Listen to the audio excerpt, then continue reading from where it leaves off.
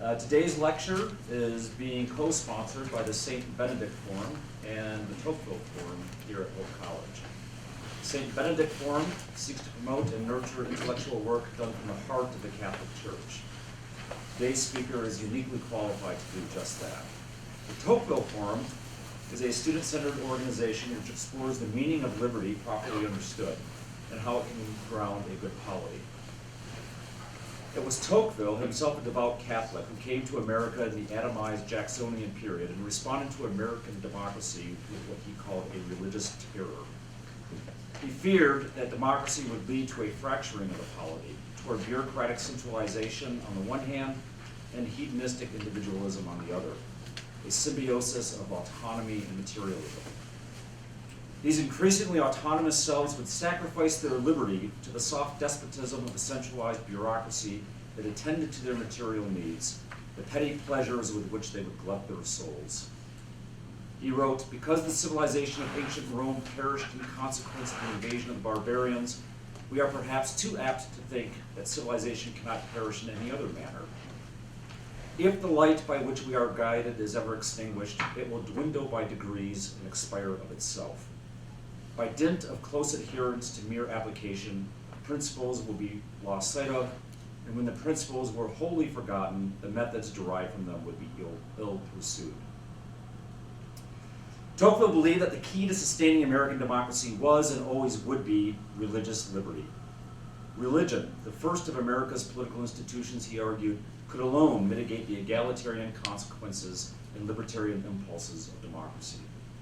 Religious liberty was the linchpin of all liberty. But license would seek to destroy genuine liberty, and the state would be the agent of such destruction. Tocqueville believed that American democracy could only be sustained by a religious liberty that was reflective of and grounded in Catholicism. The church needed to act as an institutional makeweight to the increasing power of the state. And so it is a moment of consequence for us that the Catholic Church is at the epicenter of current debates about religious liberty. From this, we realize that something momentous and profoundly consequential is afoot. Our speaker today is well positioned to help us understand what is really at stake. Dr. Chad Pecknold teaches historical and systematic theology at the Catholic University of America, a wonderful institution in our nation's capital. There are a number of graduates in this audience. Many. A central ecclesial institution in the midst of the nation's central political institutions, where he specializes in political theology as well as Catholic doctrine.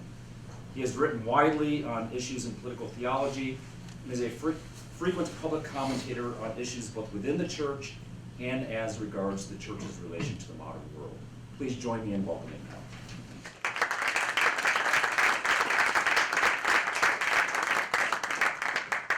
Thanks so much. I just wanted to listen to Jeff talk about Tocqueville.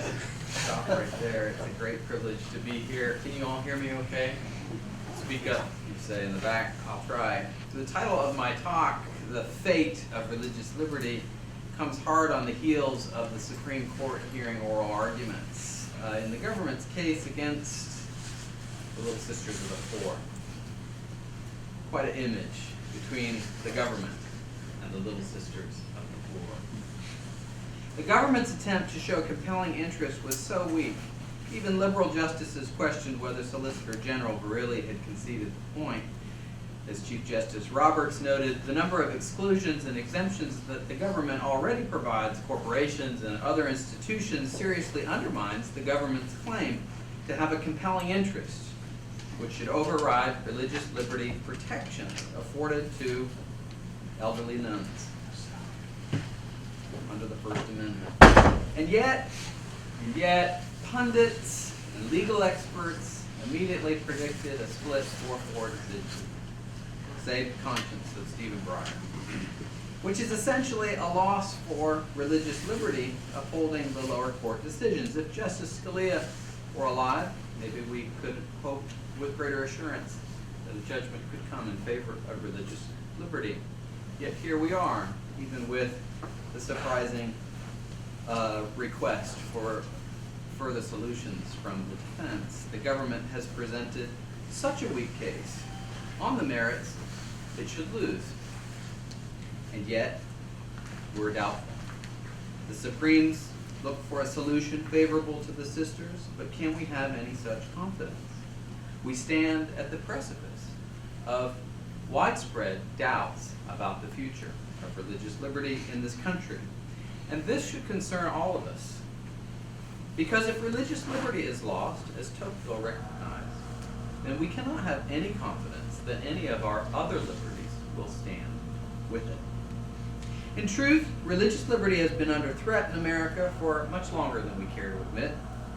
In 1993, the nearly unanimous passage of the Federal Religious Freedom Restoration Act, shorthand RFRA, which Bill Clinton signed into law, is itself a sign that the American experiment in religious liberty, as such, has been under threat for much longer than the recent battle.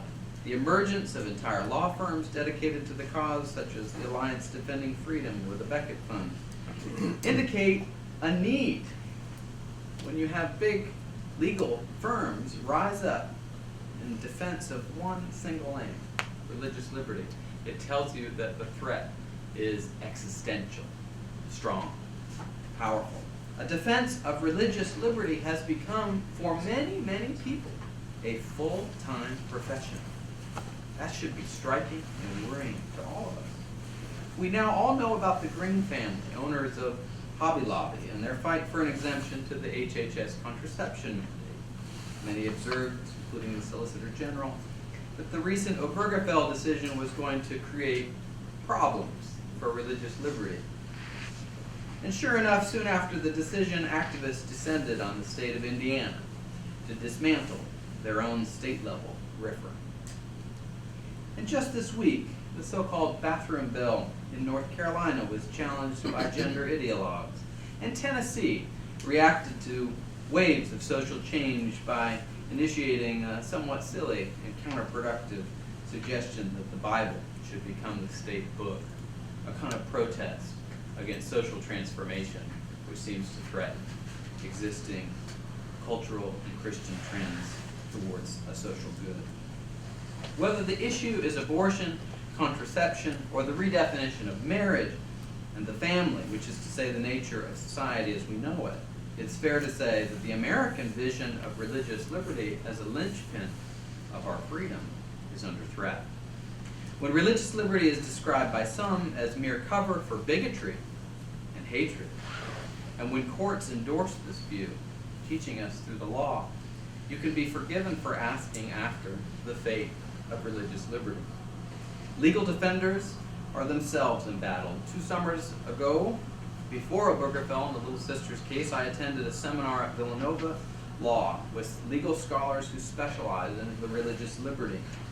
As a theologian, I was shocked to discover that they themselves were convinced that they were fighting a losing battle. They thought they were fighting a rearguard defense, and still are. A rearguard defense against overwhelming cultural and political corporate pressure. Some of the scholars predicted that religious liberty protections would be almost entirely eroded within 5 years. This was 2 years ago. Others were more hopeful that legal defenses could significantly slow the erosion of religious liberty in America. They were the hopeful ones. We could slow the erosion. But all agreed that the problems were upstream from law and politics.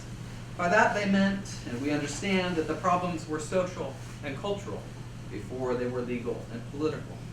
And I want to say also that the problems were philosophical and theological, moral and linguistic.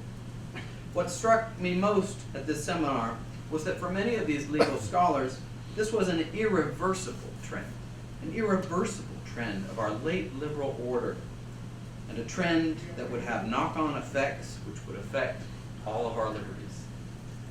This was a devastating prescription for our future. Liberty, if you can keep it. The age of liberal toleration seems to have passed into an age of illiberal liberalism intent on unsettling, as it once had before, the privileged protection of religion. And now as then, that religion primarily means Christianity. Yet the illiberal liberalism that now attacks religious liberty shouldn't be so surprising to us, should it? Is it very different than John Locke's attitude towards Catholics and atheists, both of whom he thought should be excluded for their transnational allegiances in terms of Catholics obedient to the popes, or their disinterest in giving any allegiance at all, such as the atheists? I wonder if the attack on religious liberty today is really so different from those early liberal Lockean exclusions, which is to say that perhaps the problem is not only with religious liberty today, but with religious liberty within the liberal frame, and with our concepts which constitute the very notion of religious liberty, namely religion and liberty. And so today, mainly what I want to do, though I'll come back to the contemporary scene, is take us back into the history of two terms, the history of the term religion and the history of the term liberty. First, religio, the Latin. I'll make Latin my reference point because I know it, but religio and libertas will be the key reference points before we come back to a reflection on the fate of religious liberty today. The ancients were not indifferent to religion, but they were polytheists, and this is to be radically pluralist in terms of your theology. Some Romans would have pointed to Jupiter and thought of him as the god of all gods, and a thinker like Augustine would have seen in that a shadowy semblance of and a faint desire for the one true God.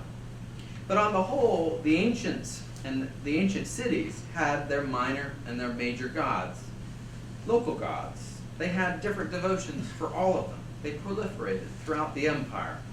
When a city was captured, one of the first things an occupying army would do was to destroy the sacred shrines of the gods of that city, which was not just a symbolic display, but a recognition that the city was no longer under the protection of the gods.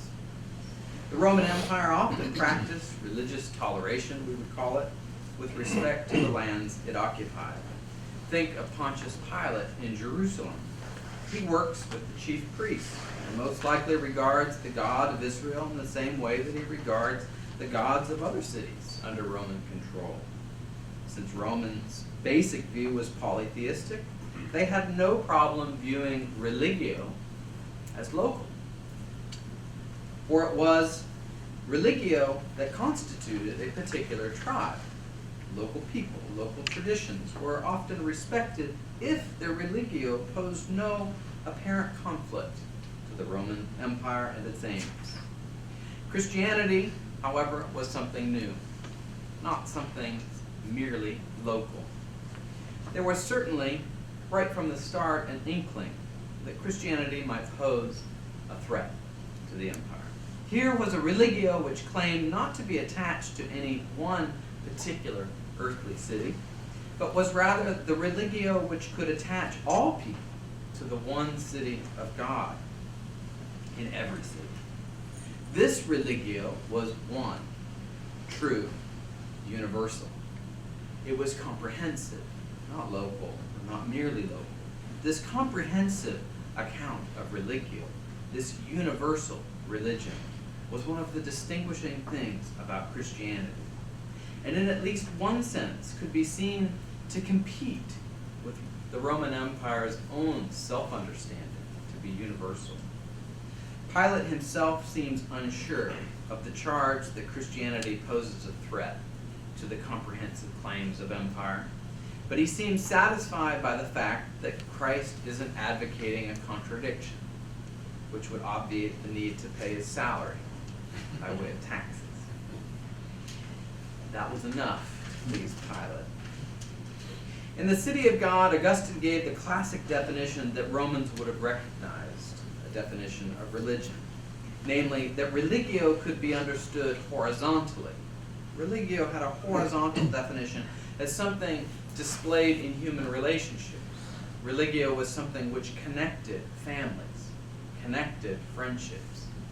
This was a religio which could be seen horizontally, but there was also the religio which had a vertical connection, which attached us to the gods, or as Christianity would proclaim, to God. This sense of religio as attachment, both horizontal and vertical, derives from religere. And the Latin root ligere is present in our English word ligament. You know what a ligament is? Those connective tissues which bind together the parts of the human body into a whole person. As Augustine treats the definition, religio literally concerns the religamenting of the human family to one another, horizontally, and to God, vertically. Religio was a complex idea. Romans had no problem recognizing both the horizontal and the vertical. At heart, religio is what unites us, and it does so through means of sacrifice. Romans would have no problem recognizing the importance of sacrifice for attaching us to the various gods and cults of the gods. Through sacrifice, through worship, through a comprehensive set of social relationships. The definition of religio plays both to the pagan understanding and to the Christian understanding. It is a relatively stable term in the 5th century. Constantine was the first Roman emperor to see the implications of Christianity for the unity of the empire. One can question his understanding of the Christian faith, but his Edict of Milan was an edict of toleration in 313, and it shifted the localist patchwork of unity which polytheism provided throughout the empire, so that Christianity was not simply a licit religio, but eventually a preference for Catholic or universal Christianity. This was surely one of the reasons why Constantine thought Christian bishops should gather to articulate the common faith of a universal Christian religio at the Council of Nicaea in 325. It certainly served the church in God's providence, but it also helped to articulate the comprehensiveness of religio that was becoming increasingly central even to empire itself, so much so that Christianity could, in certain circles, come to be seen as a new civil religion. And certainly later Christian emperors, such as Theodosius, will regard it as such, just as emperors such as Julian the Apostate will try to turn back the clock. Religio in Augustine's day has a relatively stable meaning, as I've said. The context, though, is over true and false religion. Not what religion means, but what is true and false religion. What religion is it which truly unites us to the supreme good, which we call God? His arguments win the day in certain respects, but they do so at an inopportune time as the empire crumbles. Yet his thought continues to guide Christianity, continues to expand even as the empire falls. By the time Charlemagne is crowned emperor by Pope Leo on Christmas Day a few hundred years later in 800 AD, the basic articulation of Christianity as the true religion, and thus the religion of empire, that the empire would prefer, is remembered simply in the phrase, Holy Roman Empire. The medieval arrangements are politically complex, but for hundreds of years no one questions which religio is to be recognized by the variety of political orders at play in Europe. It's the one true religio that is now under sway of the Catholic Church. Theologians would increasingly refine the category. They were able to distinguish religio as arising from a natural inclination of the human person towards the good, towards the supreme good, which alone makes us happy. In this way, they could speak of religio in natural as well as supernatural terms, but basically they saw it as something essential to the flourishing of a people.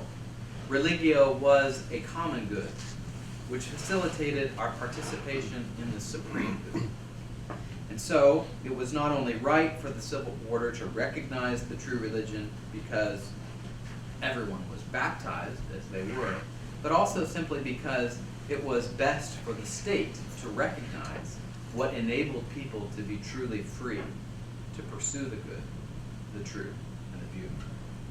I don't have time to examine the effects of the Reformation on our concept of religio, but suffice it to say that the principle that each prince should choose his own religion for his own kingdom shifts the very meaning of religio back to a localist framework, shifting its validity out of the realm of truth or falsity and into the realm of the will of the sovereign. The will of the sovereign now becomes important for constituting the truth or falsity falls out. The will of the sovereign becomes the basic criteria for discerning the religio of a people. And that shift is largely possible because conceptual shifts in the word libertas. So now I want to turn to libertas and shifts in the word liberty. Religious liberty has become a contested concept not only because of the category of religion being challenged by secularizing trends in history, but also because of a much deeper challenge in the concept of liberty itself, which even precedes the shifts in the concept of religion. For older thinkers like Augustine and Aquinas, our liberty is caused by the fact that we are rational, substantial souls created in God's image. We have an intrinsic dignity by virtue of having been made in God's image, made for union with God, made for friendship with God. We are fearfully and wonderfully made upright, above the other beasts, pointed towards heaven. Our lips are made for kissing, as well as for eating. Our arms are made for building up the human community, as well as for the embrace of lovers and children.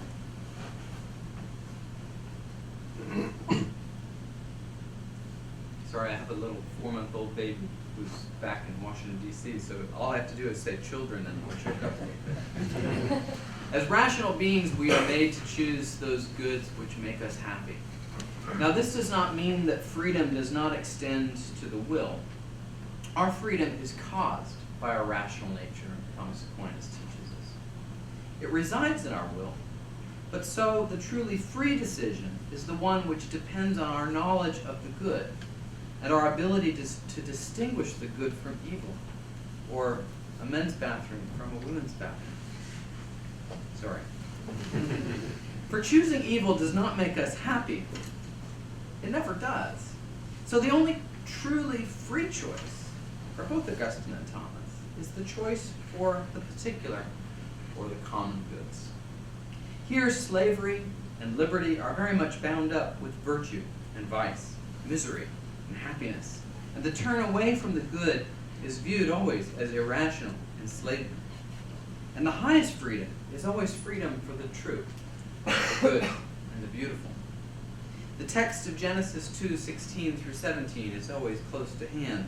Could be cited in evidence. You may eat freely of every tree in the garden, God tells us.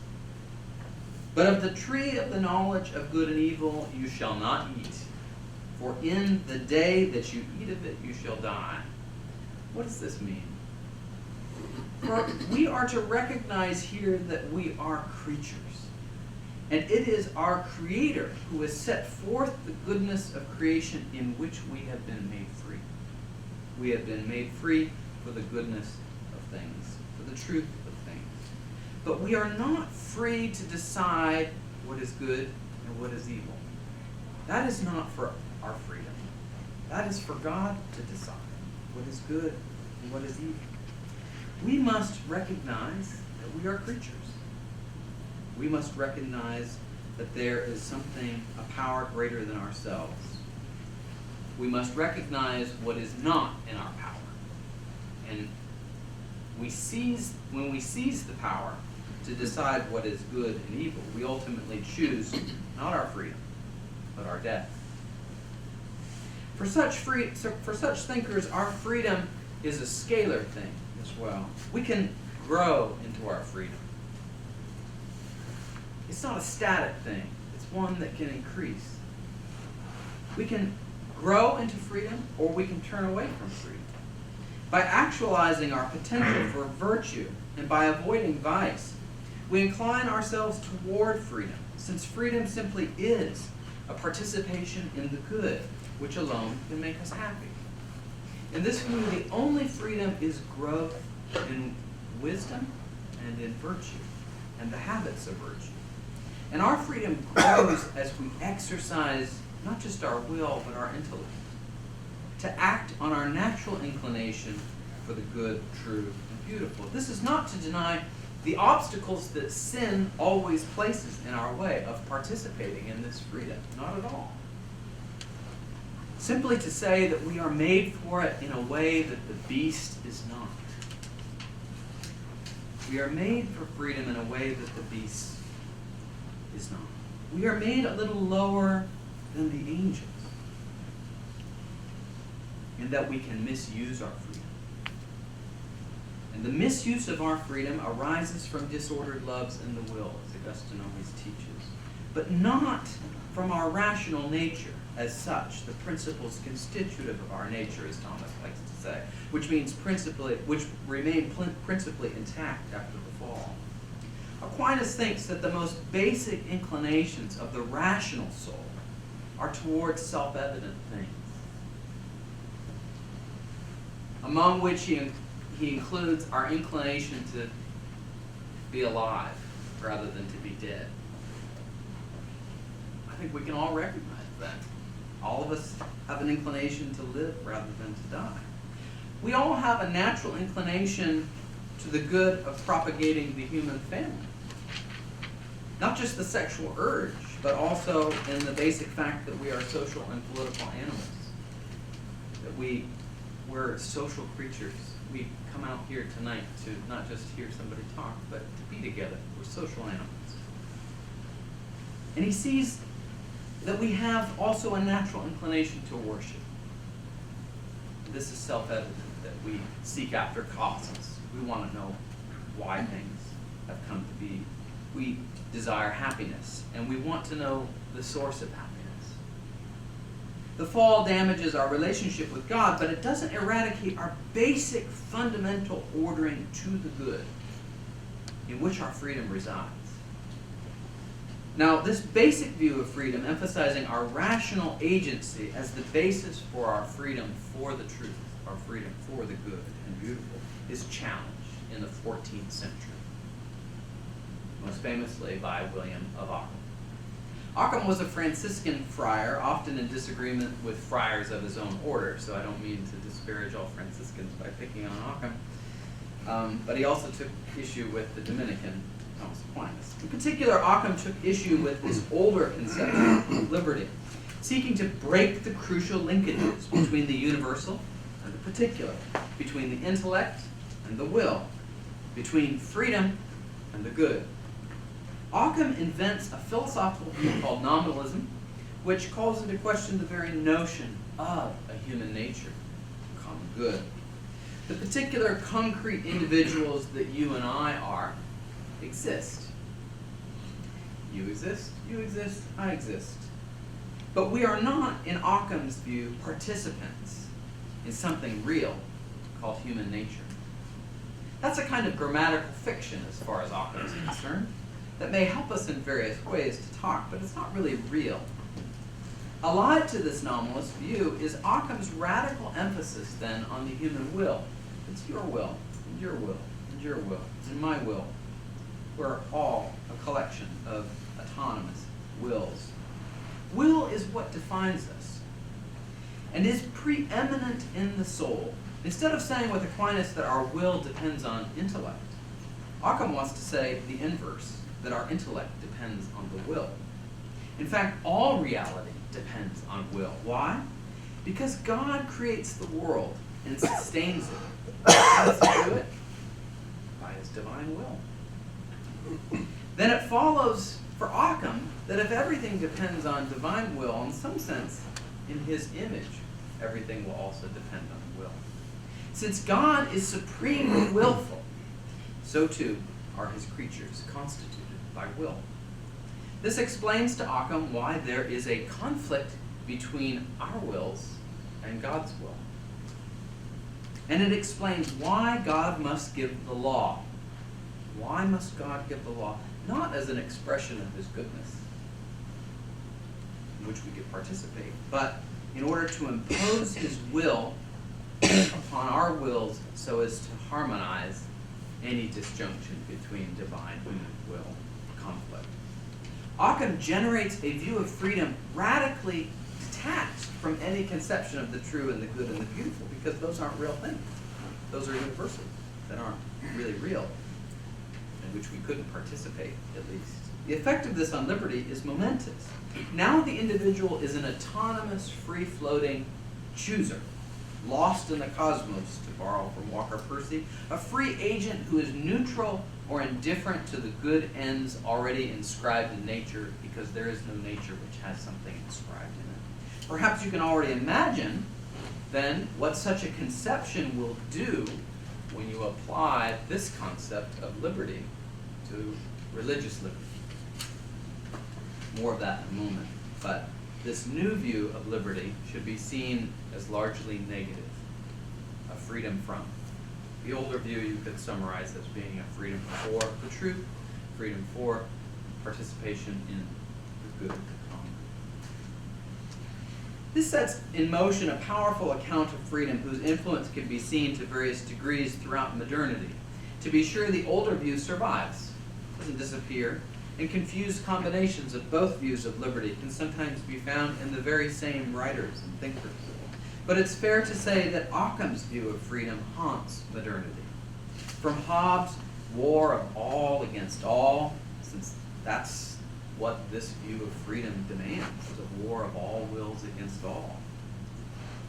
And thus, if all of our wills are in conflict with each other, we need a powerful, overwhelming, sovereign with which to reconcile competing conflictual wills.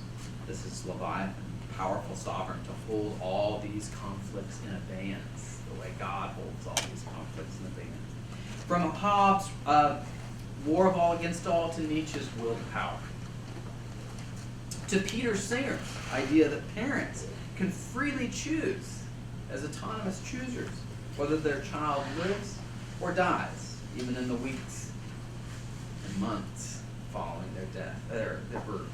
The older and newer views of liberty can be detected in classical liberalism, though the more recent progressivist and libertarian views of freedom much more closely resemble Occam. Isaiah Berlin's famous essay on two concepts of liberty hide this history like an open secret, arguing that we can speak of positive and negative liberty, a freedom for and a freedom from. But Berlin insists, predictably, that we only have recourse to negative liberty. Negative liberty in our modern liberal rights regimes always means an immunity from something, a freedom from, not a freedom for. This has become the dominant view of libertas, and when applied to religious liberty, it must mean that we should all be free from religion. Religious liberty becomes, under these two paired conceptions, now a freedom from religion. The effect is easy enough to see. It inclines us not towards seeing religion as one of those goods that would make us free by participation, but rather inclines us towards viewing religious liberty as the right of all people to be free from religion altogether.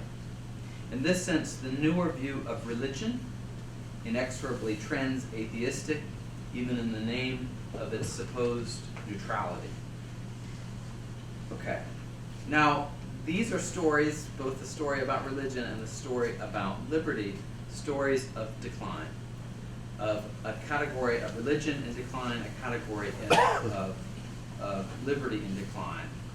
Now, because of my hope and my faith in divine providence, I don't think that history is on set straight lines of either progress or decline. So now I want to raise the question about whether or not we have this inexorable move, it seems, in this country, but also the modern West, towards viewing religious liberty as something which is a freedom from.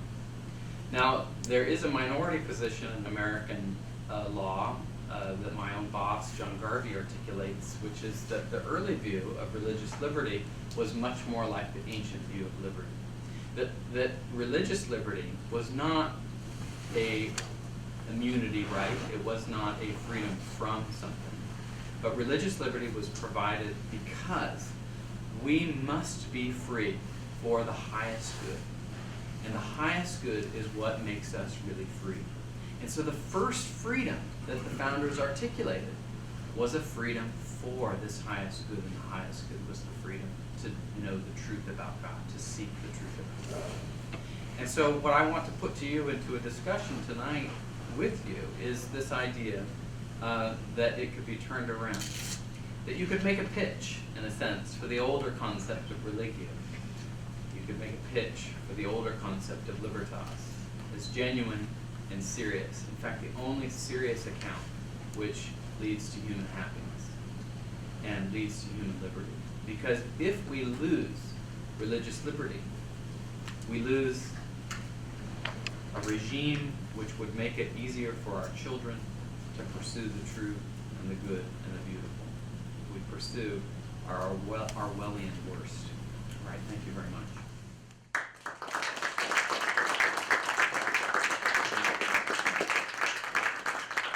My own question? Do you have Yeah, no, go ahead. Yeah, so open conversation.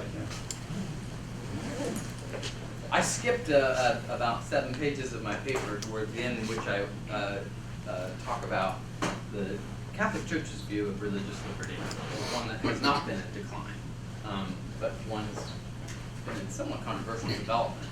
The Church's understanding of religious liberty, though, always presumes, even in its modern post-Vatican II recognition and Mutatis Humanae of a universal right to religious liberty, it preserves the basic principle of a substantive account of religion and a substantive account of liberty, that is, a liberty for the truth. Yes, sir. I'm not sure I caught the way you characterized the new concept of religion. I followed the liberty stuff, but the religious stuff. What I have in mind here is one thing I see in the last 250 years, say since the deists and Hume, is religion gets redefined to mean all those kind of warring sects and worldviews that disagree with each other. It gets put into the category of the will of the powerful, right? So those who are most powerful constitute what counts as religio. I mean, you could even say that the modern challenge to religious liberty is actually not a challenge to religio as such, but to certain kinds of religio. And then the idea would be that the government's role is to save us from all this potential conflict. And for what's deemed as bad religio. See, this bad religio. And then the irony is always that the tradition in which this particular new concept of religion is embedded is itself a worldview and value system, right? And in a sense could be table turned and called a religion itself. But it's one that gets established, right? Yeah, I mean, one of the things I thought about developing in this paper but didn't was the idea that one explanation for why we have so many challenges to religious liberty is because the regime does not take kindly to any religio that doesn't endorse certain things. And so you could see that our present order is actually its own civil religion, which is disciplining and punishing those religions that do not conform to the way in which the powerful, the will of the sovereign, determines what that religion should be and shouldn't be. Yeah, so if you read a lot of Dewey, for example, you can see that especially the Catholic Church is especially an enemy of the civil. And because the Catholic Church maintains the overview of liberty, that liberty is not, we liberals, in a liberal order, we have to reckon with the idea that everything to do with our social order lionizes this view of the autonomous, self-determining subject, right? Who all of whatever you self-determine as an individual I mean, you're like Occam's dream, right? Because you're this autonomous, free-floating, lost in the cosmos agent, and anything you choose and you want to choose is good.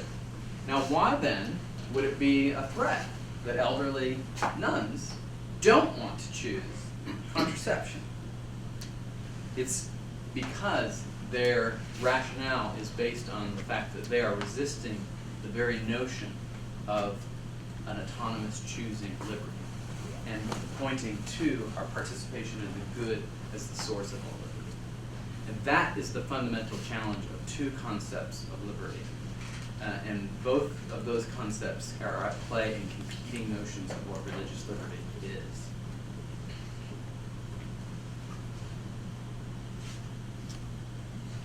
Question on that, Chad. To what extent are the Little Sisters, when I say this assumes filed a brief in Yeah. support of the Little Sisters, are they actually unwittingly getting into this understanding of liberty's will? Because they're not articulating their right to, I mean, I've already put it right, but in terms of talking about the freedom that they should have not to participate in the contraception mandate, they're not articulating the vision of the good. They're rather just sort of articulating the vision of their will. We don't want to will and participate in this, rather than saying that there's something inherently wrong with doing this. Yes and no. So it seems to me the Little Sisters of the Poor and other plaintiffs, Catholic University of America, my employer, we are in one sense playing by the rules. We're playing by the rules of liberal rights tradition, and the liberal rights tradition is built on this idea of the autonomous choosing. That's a new conception of rights, but there was a conception of rights that belonged to the older concept of liberty. And there, in the older concept of liberty, rights were always individual rights balanced against the common good.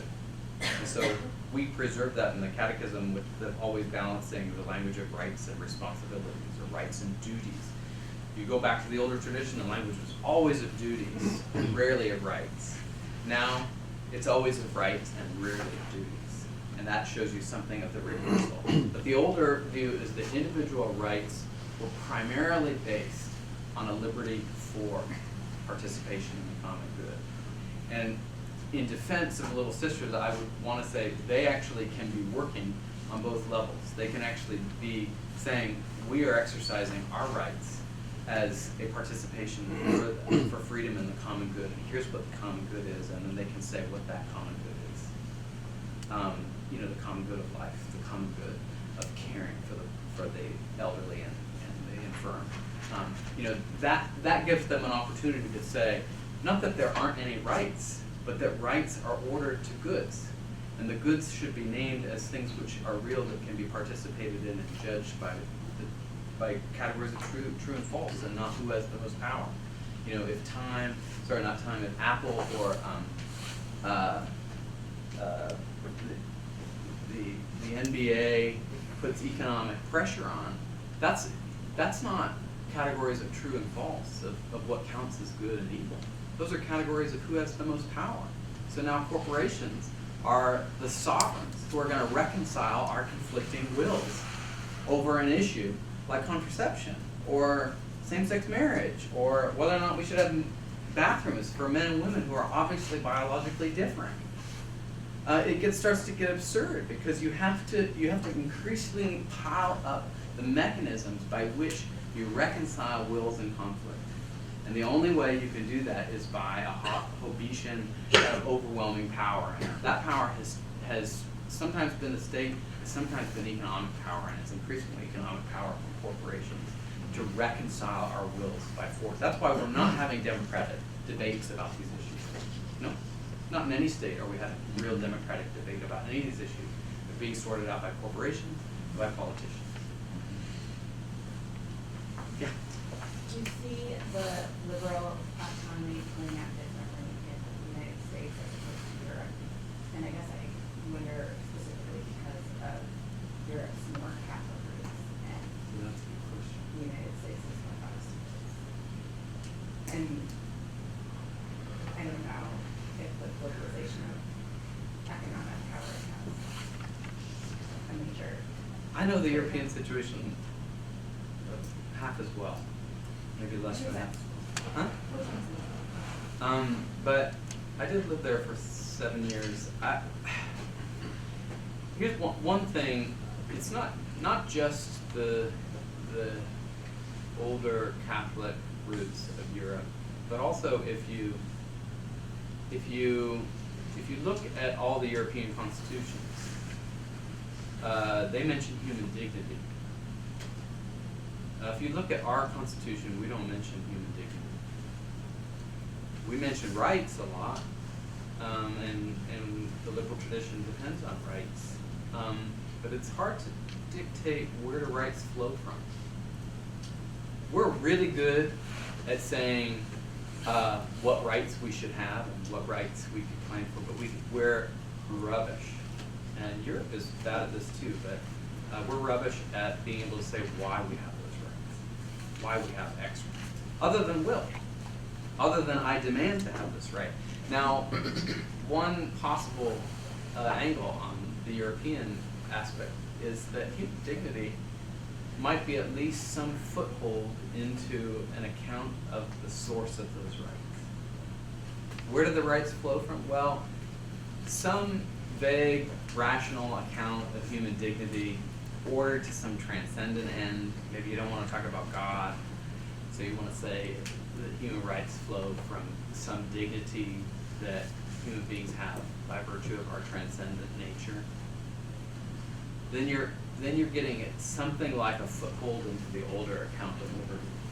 And maybe that could protect you from the acids of the autonomous choosing liberty. But I don't really see the European situation as the European situation was always worse on religious liberty than America. So I don't see it as preferable. It's just a different context. But I think the same history is playing out. Laicite in France. Emile Combes, wanted to claim that bishops who were refusing his nominees, or that the Pope refusing Emile Combes' nominees for bishops was infringing on French rights. The French government should be able to appoint the bishops. It's like old investiture controversies, but now put in the rights tradition. The history of European religious liberty is very, very bad. And actually papal teaching, the teaching of the popes in the 19th and 20th century was built up around that fight for the freedom of the church. Meant that they were increasingly trying to articulate the privileges and protections that the church should have in increasingly secularizing nation states that were really trying to restrict the church's freedom. Yes, sir. I'd like to hear more about your optimism for the West. I think. I don't know if I expressed optimism. maybe that's all right. I thought we could discuss Sure. plans. And correct me if I misheard you, but I think one of the things you mentioned there at the end was that the founding fathers perhaps had some sense of this traditional view of liberty. I think they have a mix. A mix, okay. Yeah. And what sort of evidence do you have to kind of bolster that view? To bolster the view of the mix, or Yeah, because I guess you hear a lot that a lot of their views were based on John Locke, which it's hard to see. It's hard to see that as the traditional view. And I think the Lockean strand mixes with certain classical strands, Stoic strands, which I think at least are aware of something like participating in common good, which is ordered to the highest good. Those strands are really there. And of course, when they take on certain biblical, when they combine with the biblical, you get, I think, you get mixed in with the Lockean Jeffersonian. You get certain hints of, and especially in the religious liberty clauses, you get hints of that this is a freedom for something that's good. The Establishment Clause can be viewed, I think, and is viewed today in a progressive America as an immunity right or free from religion. But I think John Garvey's book on What Are Freedoms For kind of charts out the various aspects of the American tradition and why we, and he knows that history much better than I do, why there is reason to believe that the only reason why you provide as your first liberty, as Tocqueville recognizes, religious liberty, is because you think everything is flowing towards that highest good. All the median common goods that we can participate in, that this is a common good right here, we're all sharing in the common good. A family is a common good, particular friendships are common goods, these are all median common goods. But then you have to ask, what are they ordered to? What's the highest good to which they are ordered?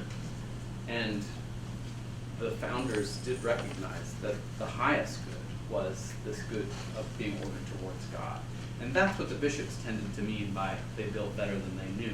That they built better than they knew in the sense that they understood that this median common good was ordered to a higher end, namely the supreme good that is God.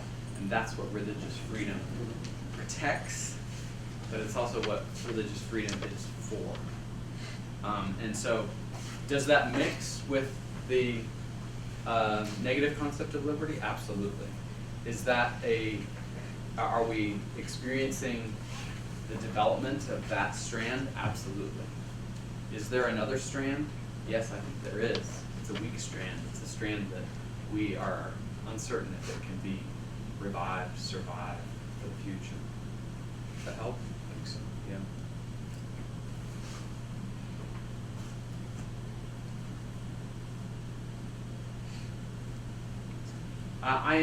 I am not hopeful about our current battles. Rather, I'm hopeful in very minor ways.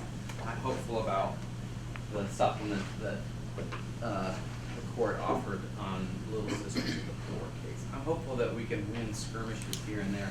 I'm hopeful that when Catholic University America is sued for discrimination against same-sex marriage or something like that, that we might still have some time for protection under the First Amendment. But I think part of the genius of a positive account of religious liberty is the hope that religion is the only thing that can be a source of renewal for a people. And that religious liberty, if you lose religious liberty, you lose any hope of renewal. Because you don't have any access to the transcendent causes of new life. And so on that, I worry that if religious liberty, if people don't stand up for a common good, if people don't stand up for the supreme good, that we're going to lose something very fundamental and precious to the median common goods at every level, for our neighborhoods, for our families, for our cities, for our churches, for our synagogues. This is really dangerous, that if we lose that, we really do lose America. We really do lose whatever it is we want to say is the common good that the American experiment has been. And this is where Tocqueville's wisdom is right, that religious liberty is the linchpin of the American experiment. We lose that, we lose America. I think that's a good spot to stop.